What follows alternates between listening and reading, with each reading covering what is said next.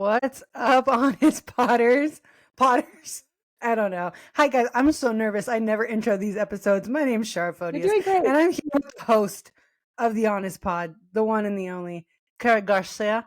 Karrie Garcia. Snaps, You did snap, good, snap. Shara. You did good. That Thank was a you. good I was intro. kind of nervous. I was talking. I usually don't talk. I usually just hold my breath right up to it. We talked about that last week. I But I know. actually went into it. I was already talking. But we are so excited to be here with you today. And as usual, before we even get into like recording this podcast, we always have like a pre-conversation of we usually just We just got to check in. S word and giggles. Yeah. Like we Yeah. just check in, like what's been going on. We laugh a little bit and things that always naturally get brought up.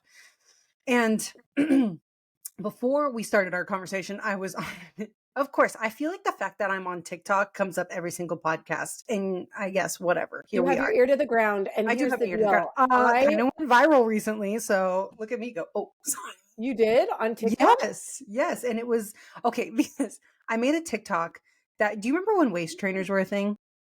What's a waist trainer? You've never heard of a waist trainer? Is that like tight thing that you wear to make your tummy look tiny? Yeah, but it's like, it's like to literally train the bones in your waist to get smaller. Like I think Kim Kardashian did it.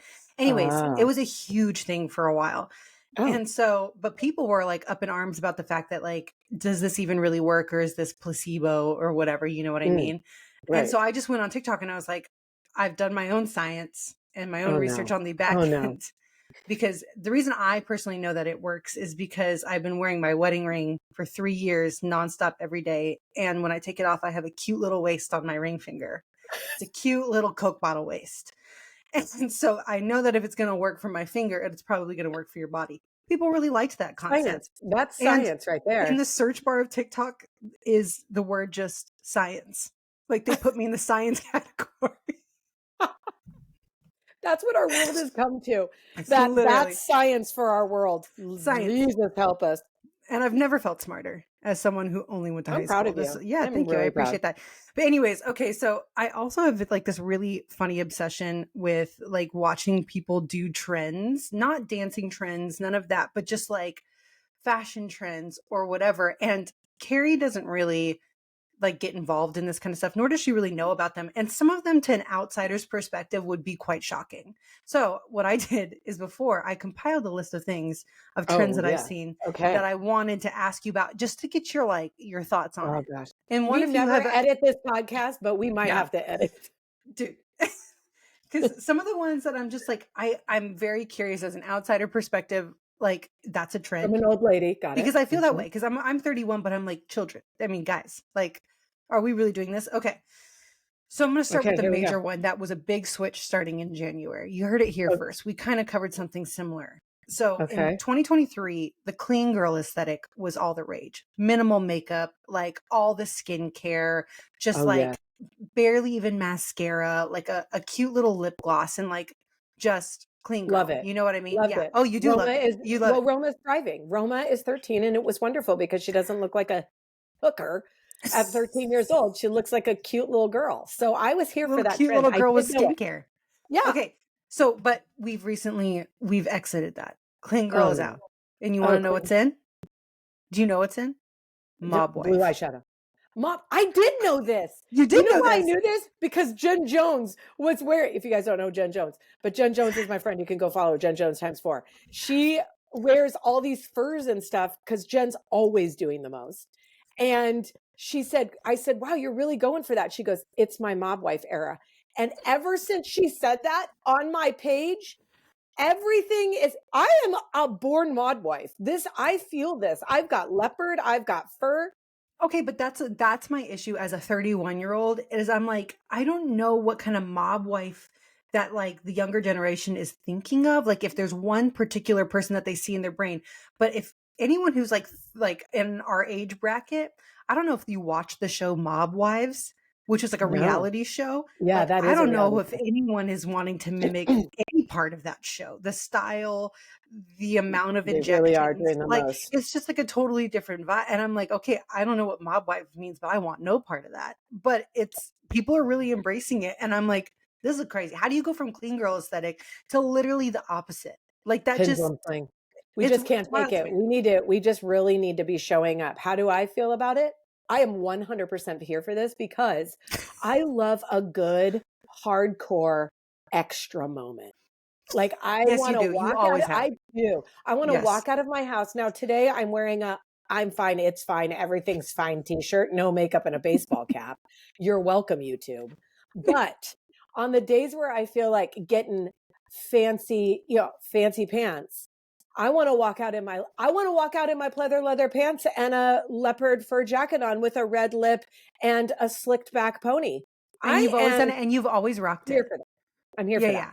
But I So think I love this trend. there's something very integral about a mob wife to you. Like it's part of who you are. It's not a trend. Like I think that back in the day, like you could really identify. Yeah. You know Like what I if I mean? didn't know Jesus, mhm, Yeah. Straight mhm, to the yeah, cartel. Highest rank. straight highest ranked cartel. I am the mob boss. Yeah, Do you you know what I'm are a saying? hundred I'm not percent. marrying the mob boss. I No, no, am no. it. Yeah, no, you married him and then he suspiciously died and now you run the entire cartel is how that. Yeah. No shame. Yep. Yep. Yeah. Jesus got a So hold of my heart, guys. listen, but okay, so it's very similar to this. And when I wrote these down, I actually wrote them separate, but I put them together because it makes sense that they're in line. Okay, so last year, 2023, your soft girl era was in. The not Mm. responding to the haters, the not being so angry or lashing out. And it's just like enjoying your inner peace and just your soft girl era. Now, Oh, 2024, the villain we're era pissed. comes in. We're pissed. Yeah. Everyone's like, I'm tired of that crap. I'm like, you did it for a year. Chill. It's not that hard to be nice. What do you mean? So like they're basically Literally. like in 2024, the style is to be mean. I'm in my mob wife villain era. Okay, well, you need Jesus. You need to go to therapy then because I don't know about you, but those people end up in jail. So that's not They're like, I an don't care. acceptable Those are thing to my pay people. for. Wow, I don't even know how you quantify, like how do you establish the look for 2024 is mob wife and be mean? What kind of facial expression is that? Like Yeah. how are you modeling that on the runway? You're just like flipping everyone off with a Yeah. leather And a coat on? cigarette in your mouth. Yeah. Like, Yeah, just hanging bring on your back lip, kind of just cigarettes. stuck on your lip. No, it's a vape. It's one of they're just Listen, vaping and they're just like giant flumes of smoke and they're just like flipping everyone off with the smoke. Wow. literally. Listen, first of all, if you're younger and you're listening, don't vape. I did for about a year and a half, and now I got a smoker cough. That's the most embarrassing thing that's in my entire life. It's just not cool. I It's mean, just not. bring back the commercials with the lady talking out of her neck. Yeah, Like that's what we need to bring back. You want to think you want to smoke? Bring her back. Because that scared the bejesus out of me. When she was like, hello, you gotta like I'm just like, you're like, I will never. That commercial, that was worth every penny. It worked. I was it like, was. I literally had a cigarette in my mouth and I just broke it, spit it out. I was, get out of here. I'm not doing that. I need to talk out of my mouth, not my neck. You took your Marlboro Reds and threw them down the sink. Turned Marble on the lights, please. Marlboro. I was healthy. Also, I have such a funny story of trying Marlboro. When I was younger and I didn't want to get into it, I literally never knew how to smoke a cigarette and I tried it. So I got a full pack on my way to San Diego. I was like 21 years old and I had never tried a cigarette. I was like, I'm just going to freaking Edgy. try it. Yeah, I was like, I'm so edgy. And so I got a whole pack of Marlboro Reds. And like Yeah, you I'm did. driving to San Diego. First of all, trying to learn how to light a cigarette while driving and not have the smoke be in your car. I had no back. Anyways, You leveled up. I took one hit, coughed my head off, and threw the entire pack out of the window on the freeway. It was just like that was a That was your mistake. smoking era? I was going for a rebrand and it just like didn't happen. I was like, this is who I am now. And I was like, oh God, no, I hate it. I took my first drag of the cigarette and I remember like taking it in and like wanting to be so cool. And Yeah. everyone was like, smoking at the party and whatever. And I literally and I went, oh, almost threw up. It's like, but I was trying to like hold it in. You guys can't see this unless you watch it on YouTube. But I'm like, and I'm like, oh yeah, totally, totally. You got a bathroom with a toilet I could use really quick. Oh my gosh. Anyways, yeah. listen, if you smoke cigarettes and you're listening, like We're there's sorry. no judgment. It's just not for us. Okay, speaking of weird things. Okay, weird things. Okay, we're almost done. We're talking about Okay. attachment styles today, guys. So I I promise got it's going to one. get We'll better. just do one more because we're already at One 10 more, minutes. one We're already more, at 10 minutes. one Holy more. crap. Okay. So one thing that's back that I just feel like we need to not even just like have a reaction to, but we just need to address as a whole is the fact that people are trying tooth and nail. I don't even know if I'm saying that right or that's the saying, but to bring back low rise pants. And I say, in Jesus' name, absolutely not. Because listen, all of you girls and me included wanted to complain about our hip dips that we got. Those were created the same way the waist trainer created small waist, and my ring finger has a nice little waist because of my ring. Because we have freaking tight, low waist pants that created a nice little muffin top because it was like it couldn't sink down where it was supposed to go. I don't know if that's not a This is scientific sad term. to me because here's the thing. I loved my low rise pants. You Like did? I still have a pair that I won't get rid of because I loved the way they look. Are But they you have to true religion? understand, they are not. I do have some true religions though. I just kept them because how could you not? I'm like, I Because can't you're get going to rid sell of them these for a lot of money one day when they come back around. hideous pants, but I got to keep them. But here's the thing. I think because my legs, I have such an abnormal body. My legs are so long and my torso is so short that the low rise jeans always made me look more proportional. But here's the Oh, deal. That was back in the day, which yeah. was a Tuesday. And Yeah. today, I'm going to tell you right now, we all know you're young. I'm not. I've gone through menopause. It's a thing.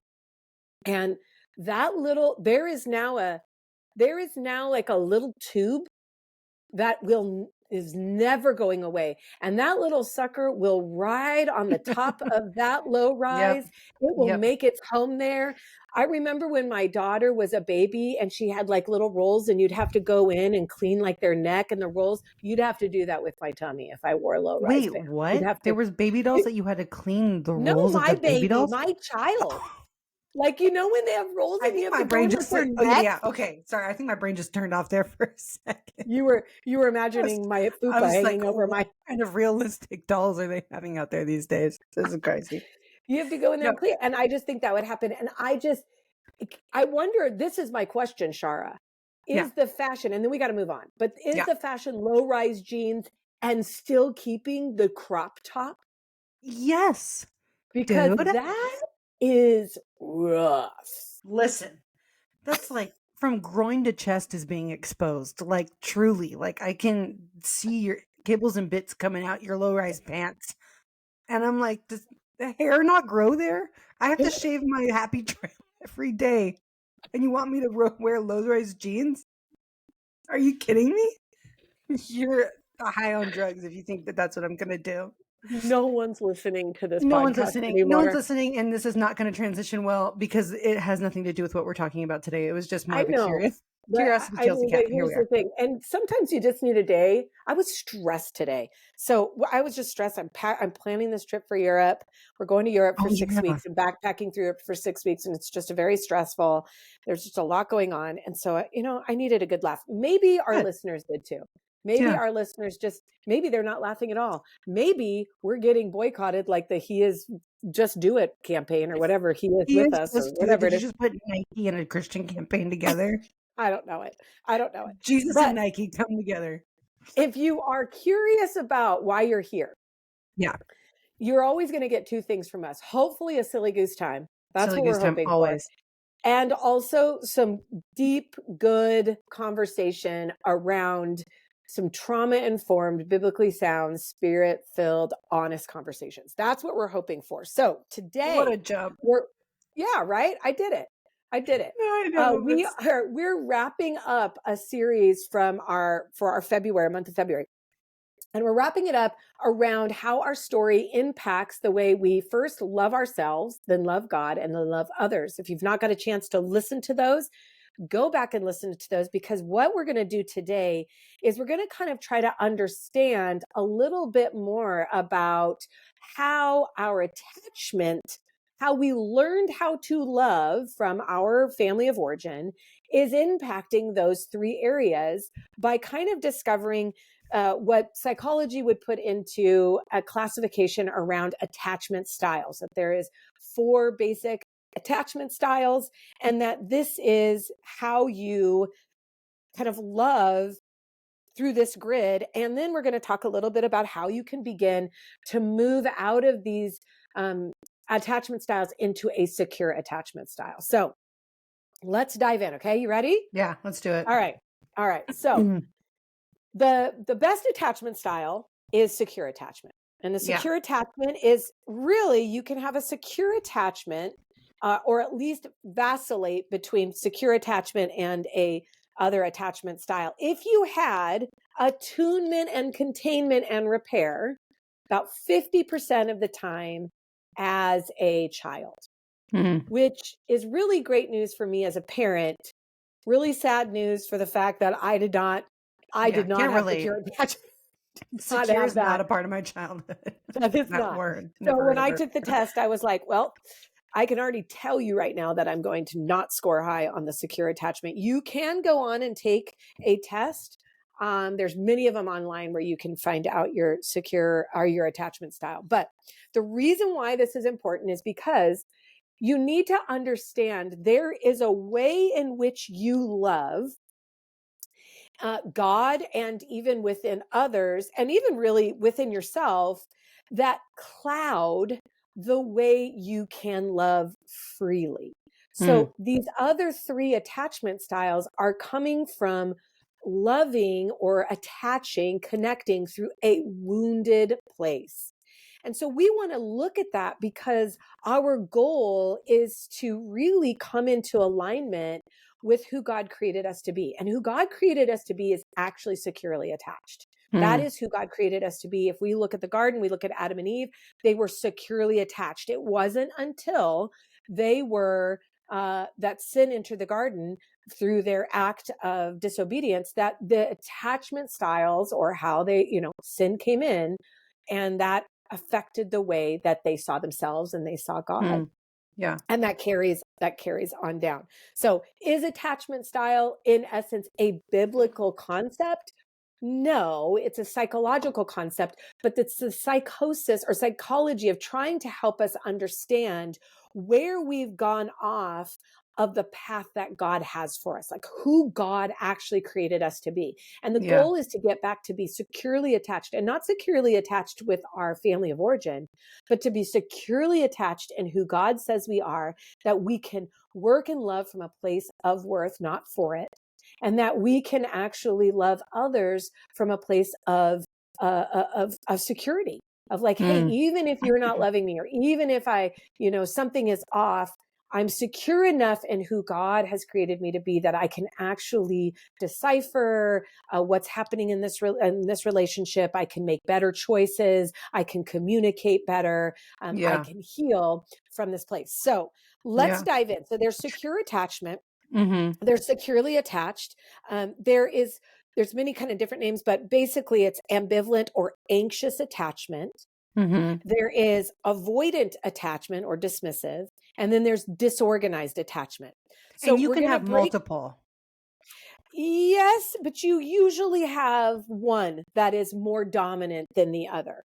Okay. Although disorganized attachment is where you would probably carry both of the avoidant or the anxious attachment. So let me just break down what the first one is. So anxious attached is really where I pulled up a definition just so that we could have it. It would be anxious or ambivalent. Ambivalent is like, I want you, I don't want you. That's what ambivalent means. So when you hear the word ambivalence, that's I want to do it, I don't want to do it. And so anxious attached would be, they tend to be overly needy. They, as labels, they suggest that people with the attachment style that are anxious are uncertain, lacking self-esteem. They crave emotional intimacy, but worry that others don't want to be with them. Okay, so where does this come from? If you have this kind of attachment style, you might be too clingy. You might be embarrassed that you're too clingy. You are in this constant need for a love and attention. And no matter how much you get, it's like it's never enough. It feels like there is this hole in your heart that anything that's poured in, it just goes right through. It's like you're Mm, starving for someone to love you deeply, but even if they do, it's almost like you don't believe them. yeah. You feel worn down. You are in a constant state of fear. There's a lot of anxiety about you, and a lot of anxiety of whether or not your partner or even in your friendships that they really love you. Like there's always that question.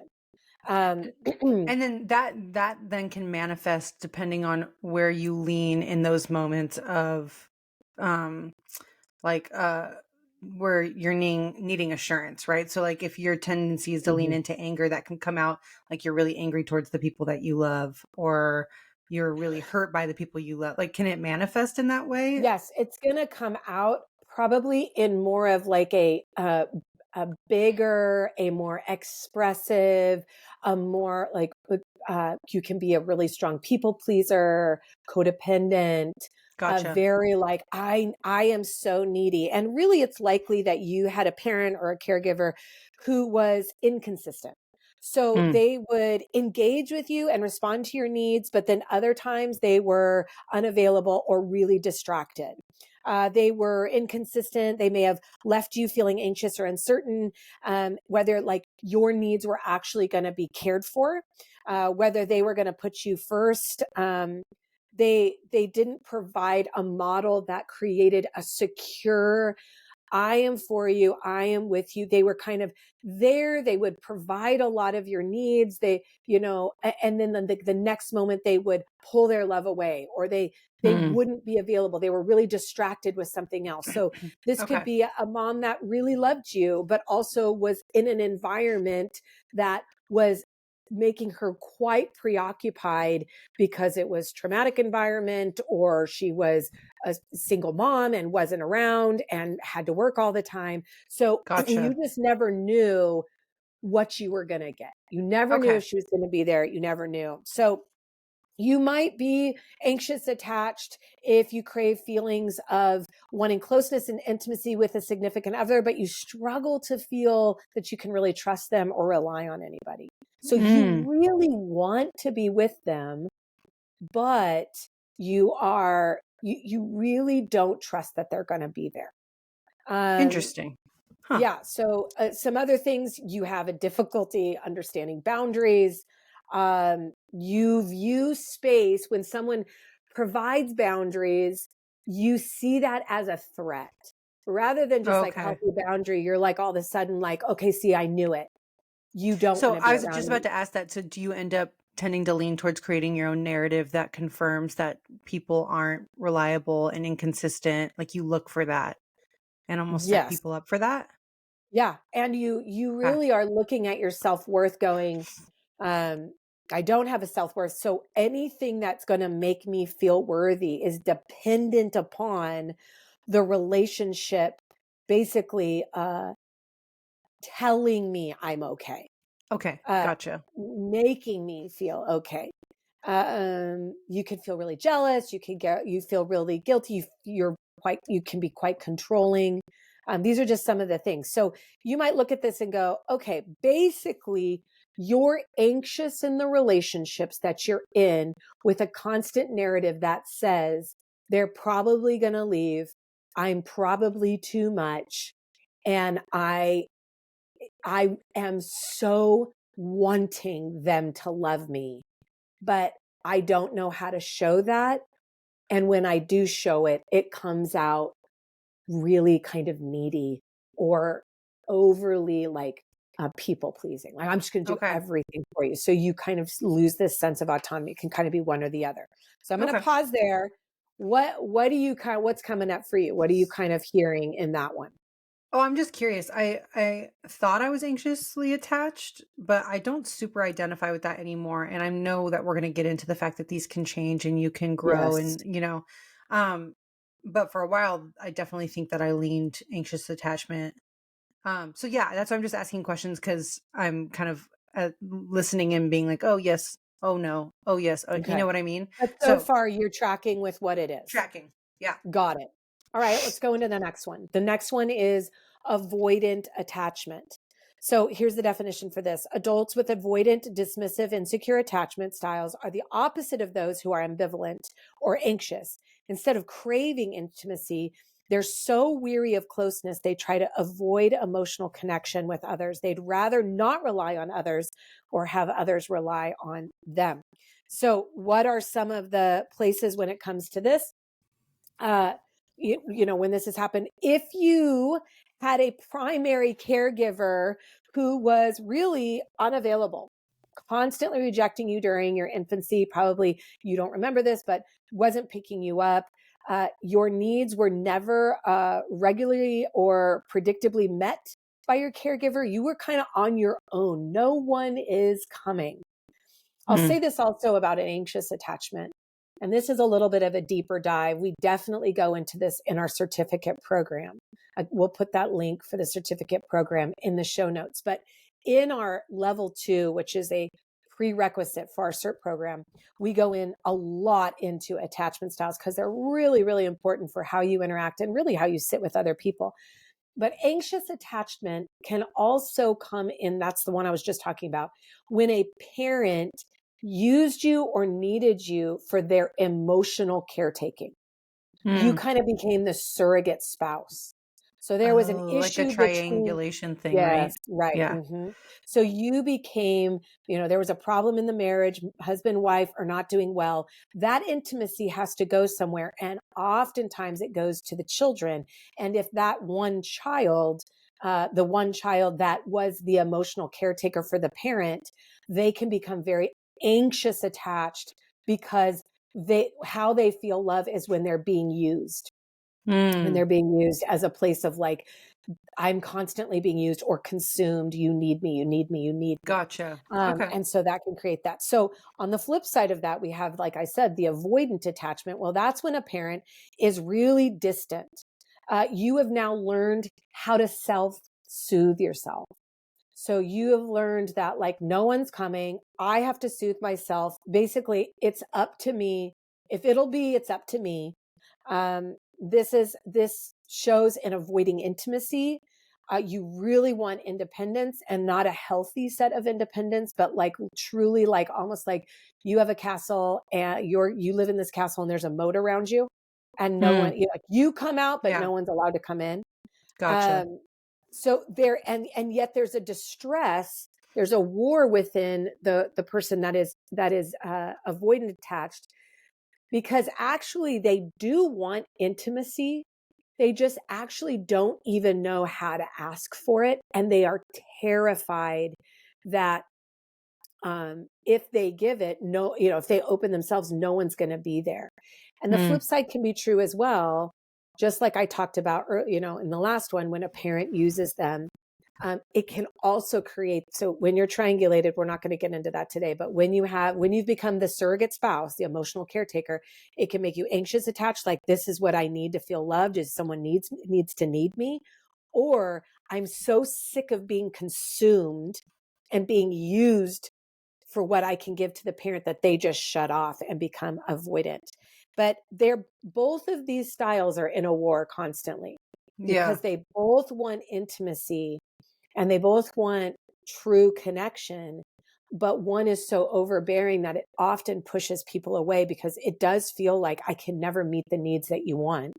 Mm-hmm. Or they're just, or people are like, you don't even want me to care for you. Like, you just kind of handle it all yourself. And so, but in essence, you've pushed everyone away. Do So those those two are the types tend two. to get married? They can very often. Yeah, they can. I Because mean, it seems to we've complement in the beginning and then. yeah, it's kind of like, yeah, it tends to be, I'm married to someone who has an avoidant attachment. I'm Mm-hmm. not, I'm the next one, not anymore, thank God, because I've done a lot of work.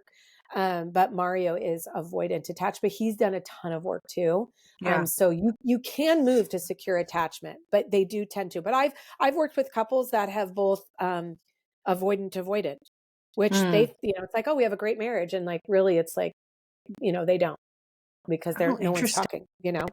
Okay. Yeah. Okay. So the last one here, and then we're going to get into kind of the nuts and bolts of just kind of talking through this, is disorganized attachment. This is Well, I'll read the definition, but this is when you've likely never learned to self-soothe your emotions. So both relationships and the world around you can feel frightening and unsafe. If you've experienced abuse as a child, you may try to replicate the same abusive patterns or behavior as an adult. You find intimate relationships confusing and unsettling. You swing between emotional extremes.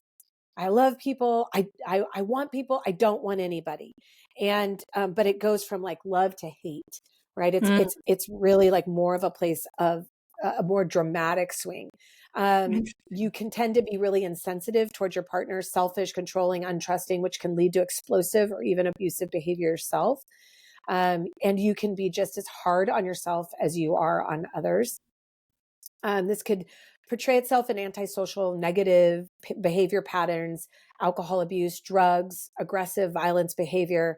I mean, the bottom line is your childhood was shaped by pretty intense abuse, neglect, or trauma. And so mhm, you're living disorganized in the sense where you have in a, avoidant attachment or a anxious attachment, you're not as extreme. You still have them and you're in them, but disorganized attachment would carry a more extreme kind of experience where, man, I just need all these people and I'm really codependent. And then like, I need nobody. I'm not going to depend on anybody. And mm, one of the, not always a telltale sign that you have disorganized attachment is addiction, like substance addiction, but it's very common with people mhm. that have disorganized attachment. When you were saying, that, those with disorganized attachment can lean towards abusive behavior, um, obviously there's different forms of abuse. Can they lean passive aggressive style like abuse where it's not outward anger or minimizing or mean, it's more so withdrawal? Yeah, but how my question would be passive aggressive is hatred internally. Yeah. So it's like I am very Okay. angry, but I'll show you. So when I'm talking about abuse, it could be outward. It could Or also be inward. towards yourself. Yes. Yes. There we go. That's what I was And curious there's about. like kind of an extreme amount of hatred for self. Yeah. Um, like I just and so this was the attachment that I had. When I first took I the think that's test, the one I have too.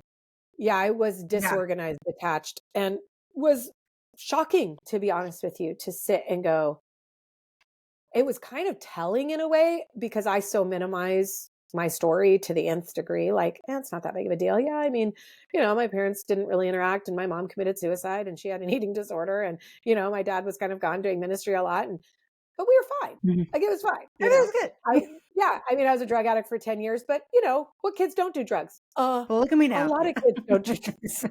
Yeah. So I really, this was really eye-opening for me because it began to help me understand more. And even for Mario, my husband, he could not, in the first 10 years of our marriage, he could not understand really like what I needed from him. And because he's avoidant, he didn't want to deal with what was in front of him. And so that perpetuated my vacillation between I need you, I need you, I need you, or you know what, screw you. Like, I don't need you at all, Mm, especially in my first marriage, where when I, stepped outside of my marriage vows and did all the things that happened early on in those years, which is just not a cop out. I take full responsibility for that time, but mhm, so much anger, mm, so much, I mean, just rage in, the first, gosh, 27 years of my life. mhm, So much rage and mm, really hatred towards myself and hatred towards others, but then also just so needing and desiring love. And this played itself out, not just in, I mean, you got to understand, I was engaged 5 times. mm, Like I was married, I've been married twice. Like this, it was so hard for me. I am intoxicating on the front end for people because I draw them in with this attachment style of like really this intoxicating kind of behavior that I have. I know how to do that really well. I was trained pretty well as a little girl to do this. but it, it drew people in. But then once they got in behind the surface, I was this swirling ball of emotions. And I mean, I don't say I was psychotic, but I was just so angry and so needy. And then in that need was so rage filled. So it Mm. was so So it hard played itself to, out in rage. oh my Gotcha. gosh, All so those much. feelings. Gotcha. So much enrage, and then yeah, a lot of hatred towards self. So, doing drugs, having an affair, like these things were sin. I take them as sin, but they were also motivated by, for holding a trauma informed lens here, motivated by a very disorganized attachment to what does it mean to be loved and what does it mean to love. That Gotcha. is where I'm at. So, what's resonating with you here? Um, One thing that I came up for me when you're talking about the second attachment style, so anxious or yeah, was where where do you land when you have two parents in dysfunction? Because it says like if you have a parent that is mhm. neglectful or abusive. Okay, well, what if you have two different parents with two different sets of things? Like, do you usually land in the disorganized attachment No. style? No. No. No, disorganized attachment is pretty extreme trauma. Gotcha. I would say most people land in the avoidant or anxious attachment style. Gotcha. Both parents are no parent's doing this perfect. So Yeah, for yeah. the people that are listening, listen. The studies show that if you are attuned, like I said earlier, contained and repair to your children 50% of the time, they will walk in a more securely attached environment. So Mhm. that's getting it half right. So Yeah. you're doing okay, but usually, and I hate to put this on the mom, but a lot of the attachment styles tend to lean towards those first years with your mom, and Okay. your mom is your caregiver. It's not always, and fathers can definitely make up for a lot where the mothers lack, but also fathers can bring a lot of harm. And even if the mom is, if you're in a violent home and the mom is staying in that violent home, even if she's holding you or attuning to you, but the violence is there, um, for whatever reason why she doesn't want to leave. And again, everybody is different, so I can't just put everyone's here, Yeah. and this if this happens you're going to be here. Some bodies are more resilient than others. Some process trauma differently. I mean, this is a really nuanced Yeah. conversation, so we're just giving an overview. I know some of you are therapists that listen to me. The whole point of this podcast, if you want therapy, go to, Adam Young has a great podcast, The Place We Find Ourselves. We are the bridge to Adam Young's podcast. He is definitely much more, he's a therapist. He goes way deeper into a lot of these things. But I just want to give lay people a leg up to understanding, look, you were programmed by the world that shaped you and the parents that shaped you. And if you have a hard time connecting or finding that you have these relationships that keep kind of falling apart and you don't understand why, or you feel like you need people, but they never seem to respond, or you feel like you are just rageful, or you're like, I've got to numb out all the time, or I'm just going to lose it. This is helpful information to help you go, Yeah. okay, what do I do with this? And Sometimes it's how can just I so heal it? helpful to be able to put words to feelings. And I do think that there's something in most of these types of, whether it be personality tests or attachment style tests, it's more of a aha, that's exactly what I've been trying to communicate. I just didn't know how to say it. You know what I Yes, mean? yes, And so yes. if you're And I'm finding a not camp that you're crazy. following, yeah, yeah, exactly. Like this Yeah, is, I mean, I'm not crazy, and there's hope. yeah, exactly. There's Yeah. hope in healing. And I mean, just to give you guys the hope, I took this test, oh gosh, I don't know, 6 years ago or something, 7 years ago. I don't even know. And retook it because I just wrote curriculum for it for our level 2, Freedom Academy level 2. And which we have one coming up. If you've done Freedom Academy, you should join us. So I wrote curriculum for that. And so I took the test again. And it came up secure attached. Now, That's awesome. that's so awesome. Look at the Yeah, that's Lord. huge. Yeah. And this gives point to neuroplasticity. And Mm, neuroplasticity is your brain's ability to shape and mold and create new neuron pathways that create new belief systems about how you see yourself, God, and others, how you see the world around you. And that is what is so awesome about mm, God, is that mm, there's very few organs you can change. Can't change your yeah. lungs, can't change your heart, but you can change your brain. Yeah. And you do this through some steps that we're going to give you. But I was about to what do ask, you, I'm like, you know, I'm going to ask. Tell me yeah, how to how do do we do this? How do we do it? it. Give Right. me the list. Right. So you're kind of seeing that, we've got a anxious attachment, kind of that sense of fear, always feeling like someone's going to leave, that you're too much. That avoidant attachment is like, I'm on my own. I need to self-soothe. No one's coming.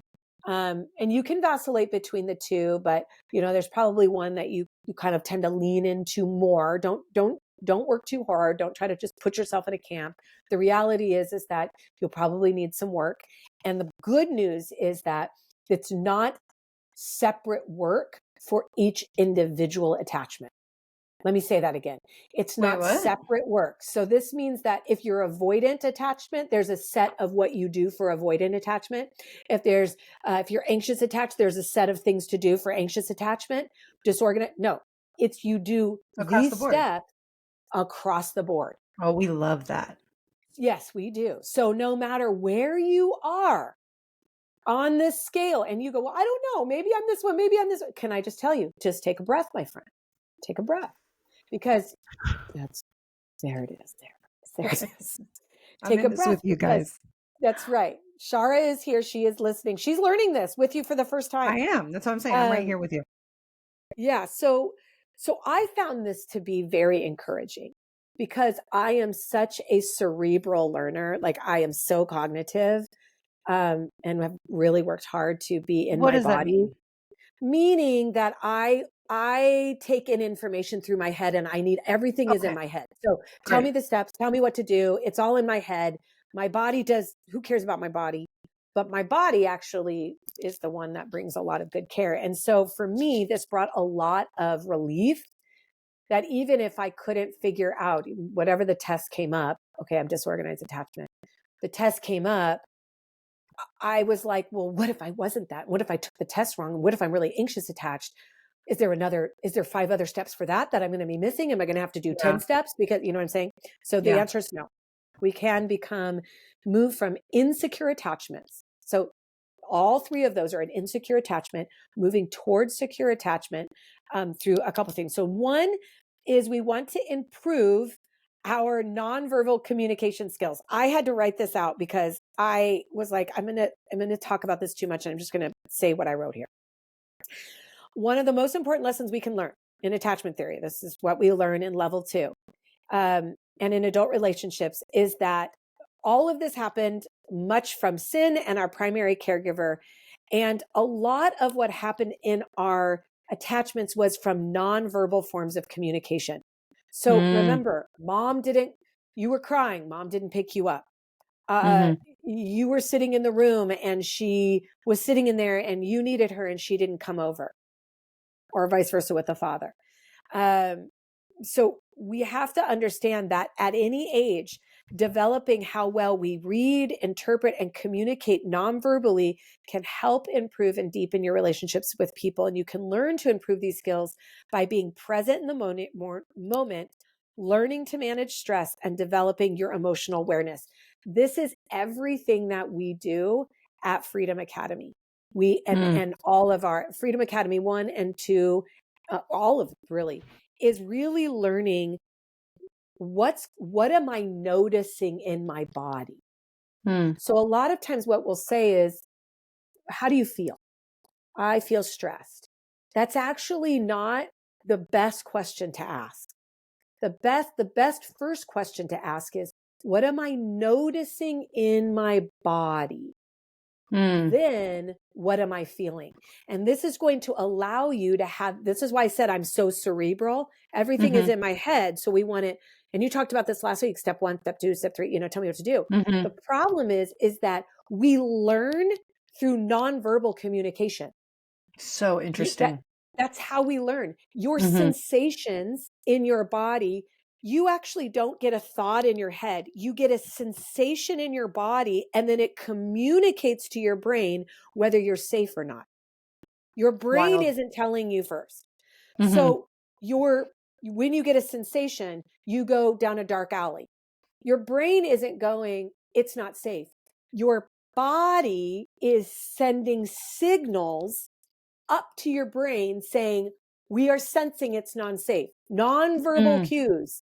Mhm. And it's telling your brain it's not safe. Now, that can be great if you're in a dark alley and you need to get safe. The problem when it's not great is that when you've had trauma and you're in a situation with someone and they're telling you that you love them, but you've been wounded in trauma, your sensations are going to say they're lying. They're lying. I don't know why there's Sorry. balloons happening right now, Yeah, that but again. your brain, your body is going to go, it's going to feel a sense of danger and it's going to move that to your brain, and your brain's going to go, they don't love you. You need to get out. So we have to Interesting. begin to heal on a bodily level. When the Bible says to transform your mind by transform by the renewing of your mind, he's coming in and saying, you need a heart transformation, a body transformation that only Jesus can do. And it allows your brain and your to change.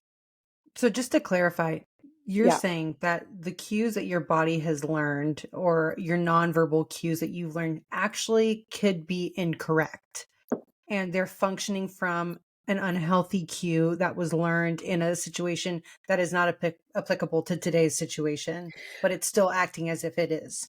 What I'm saying is your body's going to feel a sensation. If your brain has had trauma, then it's going to funnel that sensation through your brain where it's been wounded. So it's not Okay, going to okay, accurately interpret what's actually happening. okay, So your great. body's like, oh man, I'm feeling love. It shoots it to your brain, and your brain goes, you're going to be too much. They're going to leave. And then you start feeling really anxious. Oh man, okay, yeah, they're Okay. going to leave. They're going to leave. And so the way we actually begin to heal is not so much through convincing our brain that we're safe. It's actually allowing us to feel and give credit to, hey, what am I noticing in my body? I notice that I'm in this room. I think it's supposed to be safe. I'm having heart palpitations and I feel stressed. Well, okay, what's going on? Okay, then we go, well, what am I, I have heart palpitations and my hands are sweaty. I feel like I want to get up and leave. What am I feeling? I'm feeling stressed. Do I need to be stressed?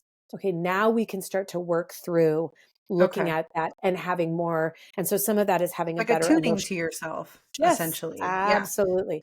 Having Okay. more emotional awareness. And again, please, if you're a therapist, have grace. I am trying to offer this to for lay people, everyday people. And so, number one, just start noticing how your body feels in certain situations and offering, what am I noticing and what am I feeling? What am I noticing in my body? And attach a feeling to that. That's number one. You want to boost then your emotional intelligence by knowing emotional languaging. Again, this is a ton of what we do. Things like understanding empathy, communicating more effectively what's going on, allowing yourself to stay present in the conflict rather than run away, or stay present in the conflict rather than moving into rage. So Mm. you go, well, how do I do that? I go, we don't have time to get into all this because we're already at 49 minutes, but by uh, boosting your emotional intelligence, it's helping you understand how to manage your own emotions in positive ways. So Okay. we look at this and we go, I am rage filled right now. I'm so angry. There's nothing you're going to be able to do in that moment to try to regulate yourself. Mm. You're seeing red, because people go, well, I just get angry. What do I do in that moment? Well, go take a walk, allow your body to come back into its window of tolerance, come back into homeostasis, peace, kind of, but take a minute to reflect. on that fight or what you felt and get curious by going, what was I feeling in that moment? What was I thinking behind what was I feeling? What was I noticing in my body? Mm. What I was noticing as they were talking, I started to feel really anxious. And I started feeling red and hot. My throat started feeling like really tight. And then I started getting mad or I started shutting down. And then Mm. I would ask you, and what were you thinking? I was thinking, they're going to leave. They're going to say something that's going to expose me. They're going to humiliate me. They're going to embarrass me. Okay. And when you were thinking that, how did you want to protect yourself? Mm. I got big. I'm not going to let them hurt me. I'm going to shut down. They're not going to get to me. So allowing yourself to be reflective through understanding your emotional, like kind of state of being after an occurrence has happened and you want to be more curious about it. So that's number one. I mean, again, I know this is a podcast, guys. So I love this. I'm just giving you some insight, but here, this is what we do at Freedom Academy. I'm telling you, I know it's like, I don't want to spend the money. Mama. I'm telling you right now, like this, I wrote all of this out. And it's so practical and it's 3 days. We'll put it in the show notes. Go and check it out. But this is all kind of clinical, kind of cognitive. We literally walk you step by step through this. So, one, improve your nonverbal skills. Two, connect that with your emotional intelligence. And then three, there's two more here. There's 4 steps. 3, develop relationships with securely attached people. You need to be in spaces with people who can here's a good psychological term, co-regulate you. We actually need other people who are securely attached or even secure in that moment. This is why therapy is helpful. This is why group work is really helpful. More helpful, in my opinion, and I'll stand on this, than one-on-one therapy. Hands Mm. down, I have seen more healing happen when we do story work at level 2. And people will come to me, and I've been doing this a long time. I've been therapy for this long. And when I did story work, I have had something breakthrough that I have wanted for years. I'm just saying, Interesting. it's how the Holy Spirit works. We are to work in community. So when we are in relationships with other people who are securely attached, or even in environments that are strong, supported, protective, safe areas, like we produce at like level 2 or whatever, where there's a trained facilitator that's holding that space, it is proven to actually help heal the neurons in your brain so much quicker than trying to do this work on your own. So you really Mm. do need to find environments where you can bring your stories of insecure attachment, bring those stories, allow them to be held by people who are securely attached or in environments that are safe, so that you can be co-regulated. Your brain can have the capacity to kind of come out of hiding and go, we might be safe here, which will allow it to heal. Okay. And last Mm. one. Oh my gosh, I'm going through so much. I'm sorry I'm talking so much, but This is so good. I just wanted to get to this last one is, and this just lines up with our story work. It really does. And really, this is not a plug, but it's a plug because I'm here to help you, is to Mm-hmm. resolve your childhood traumas. You're Mm. gonna have to, go back. You're gonna have to go Yeah. into those places. And listen, some of this was unavoidable. There might have been a serious illness in your family. That's traumatic. Anytime that there is an experience of powerlessness, that's a trauma moment. And trauma is not the worst thing. Trauma happens to you. It's when it's left untended to.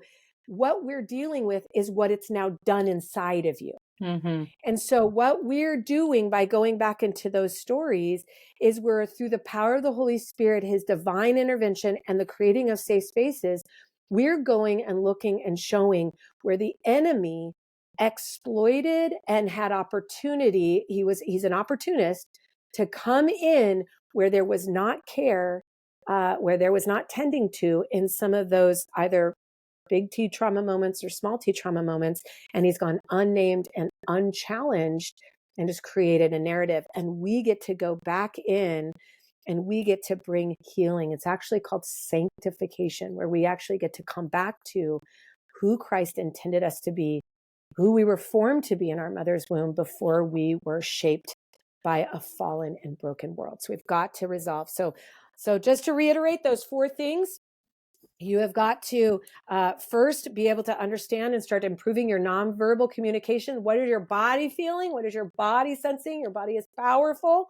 It's got so much intuition. It is the houser of the Holy Spirit. 2, and boost your emotional intelligence. What am I feeling? What am I thinking? Why am I reacting that way? Be curious, reflective, and be curious. 3, get in communities that are safe, that can hold your story, that allow for securely attached people to help co-regulate your body. And 4, you're going to have to go into those stories and start allowing them to be held. Even if you think it's a story that is a no big deal story, if Mm-hmm. you remember it, there's a reason why you remember it. And Yeah. we want to look at it. So, woo! Yeah. Shara, that was so much. What were the last 5 minutes we have together? What is like you're sitting there, you're listening to all this. What is an aha? What is kind of resonating with you? What are you thinking? Well, I have a lot of feelings and I have a lot of thoughts on it, but right now I'm landing in this feels very helpful in how to identify because this is something that randomly actually came up for me just when it comes to fighting styles and I'm learning a lot about how to not make myself so small in many things. And this is actually I'm trying to learn how to have like healthy arguments and stand up for myself, and that goes into my attachment styles because usually the only people that see me in those scenarios are people that I love.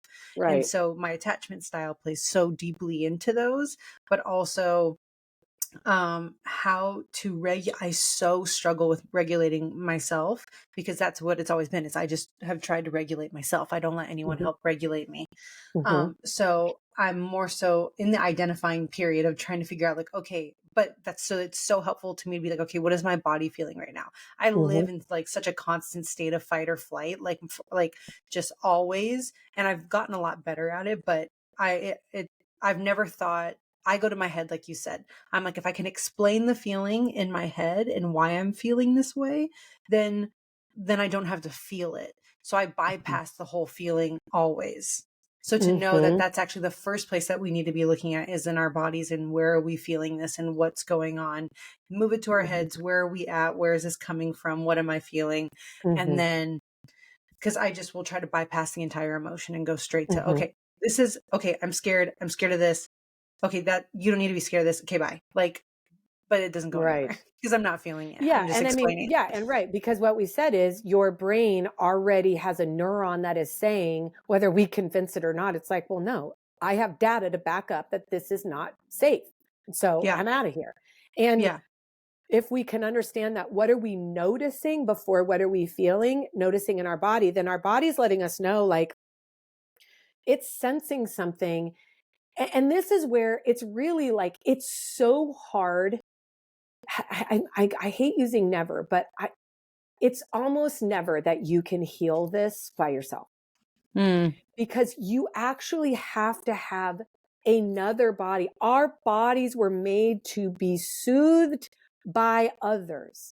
That's why when you came Mhm. out of the womb, you your hippocampus, which brings regulation to your amygdala, was not even fully developed. You didn't know how to soothe yourself. You had to. You were in fight or flight. Your amygdala was fully formed, so it was going fight or flight, fight or flight, fight or freeze or whatever. And so you had to learn really quickly. Either someone's coming or no one's coming, or maybe she's sometimes coming or whatever. And Mhm. but it was the responsibility of another person So to interesting. bring co-regulation. So if you're blocking up against what am I noticing and what am I feeling, but you are never around other people that have either held your story, and I'm not talking about all the time, but I mean, just even coming to level 2 or going to a story group or getting in a place where they're actually going to hold the truth of your story when you're dysregulated or you're feeling fearful or anxious, and they're able to hold that with you rather than minimize it or avoid it or bypass it spiritually, then your brain actually begins to change so that when you're not with other people and you say, or you start to go, okay, I'm noticing that I'm anxious. My brain is saying that I'm scared. Hold on a minute. Okay, Yeah. we are safe. I have data of safe places that I've been in, but how can you do that if you've never been in those environments? It becomes very, very hard. And this is why we talked about this last week. You have Mm-hmm. to have other people. So it's not do one of these things, it's you have to do all four of these things Yeah. to begin to heal. But you can start slow. You can start Yeah. with Yeah. just some reflection and awareness around your body. That's a great first step. A great first Yeah. step. Wow. I'm reeling. Yeah, okay, so the last week's podcast, I kid you not, guys, we got off the podcast and I went downstairs and my mom was here and my husband, and I was just like, guys, my mind just got rocked. I think I need to go take a nap. Like, it was just spinning. And I feel like that's how I've been leaving all of these episodes, because I can so easily identify how I'm relating to the conversations and the topics we're covering. But so it's So been I wonder if really. other people are feeling that too. And just to Smash give that you, like button if you are. If yeah, anything, right. not to make me feel alone. Smash that subscribe right there just to let Shara know Mhm. she's not alone. But here's the thing, guys. God, God is faithful to complete what he begins.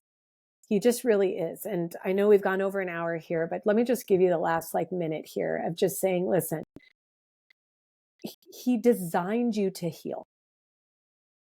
He designed you to heal. And I just want to encourage you that um, you will heal if you want to heal. Mhm. And if if you try to heal in your own power, and you try to heal and you just try to fix it, and you try to bypass the grief of your story, and you try to minimize the things that have happened to you, and you try to just spiritualize everything, you're going to be spinning in the cycle of false freedom and looking to behaviors to try to fix your heart. There is a pathway to healing, and it is for you, and freedom is your birthright, but the Mm. path is narrow. It is narrow Mhm. because many do not want to surrender and go through the valley of the shadow of death willingly. And Mhm. yet, what we're saying is, yes, you have to look at the places where you are stuck, and how you got there. Like, what happened that got you here? Because it's not just like all of a sudden you woke up one day and you're just like, yeah, I know you believe that. You just think, well, I'm just a loser, or I just don't care, or I'm meant to just hustle, or whatever it is, or people please, or no, there's a reason why. And God, he wants to bring you back to the hands that formed you. A world has shaped you. It's science and it's biblical, but he Mhm. is calling you back to the hands that formed you, that has destiny on you, and freedom is truly your birthright. And so we are Mm. here for you. We Yep. are here to help you walk through that. Again, I say it all the time. Check out Freedom Academy. Check out the stuff we have to offer. We're doing an online one here coming up in March. And we are doing an in-person one in April. That's your first step with us. It's 3 days of training. Yes, you have to take time off work. Yes, you have to pay some money. I think the online one is, I don't know, $500, and the in-person one is like $800 or something like that. It's less than $1,000 for 22 hours of training. You get breakfast and lunch for the in-person one, and the online one, you don't have to travel anywhere. The in-person one is in Chicago. But listen, think about how much you've paid for therapy. Think about how much you have been searching. I have written this from a biblical lens and from my own life, and a trauma-informed lens and a spirit-filled lens. And so we want you there. We want you in the room. We want to help you. It's why we're here. It's why we do what we do. And Shara is committed to this work. I'm committed to this work because we have seen the goodness of the Lord in the land of the living. And that's my prayer for you, that Yeah. God and Holy Spirit would be so present in the midst of your story that his love for you would be intoxicating, and that it would bring you to a place of freedom. So we love you. Thanks for hanging with us for an hour and 4 minutes. The first 15 minutes of it was just ridiculousness. And Classic. we hope that the end part here blessed you in some way and just gave you some insights. Remember, don't rush fast food, fast freedom, fast fashion. We are humans with really kind, gentle, fragile hearts. Go slow, be kind to one another and kind to yourself. Hopefully, we will see you soon.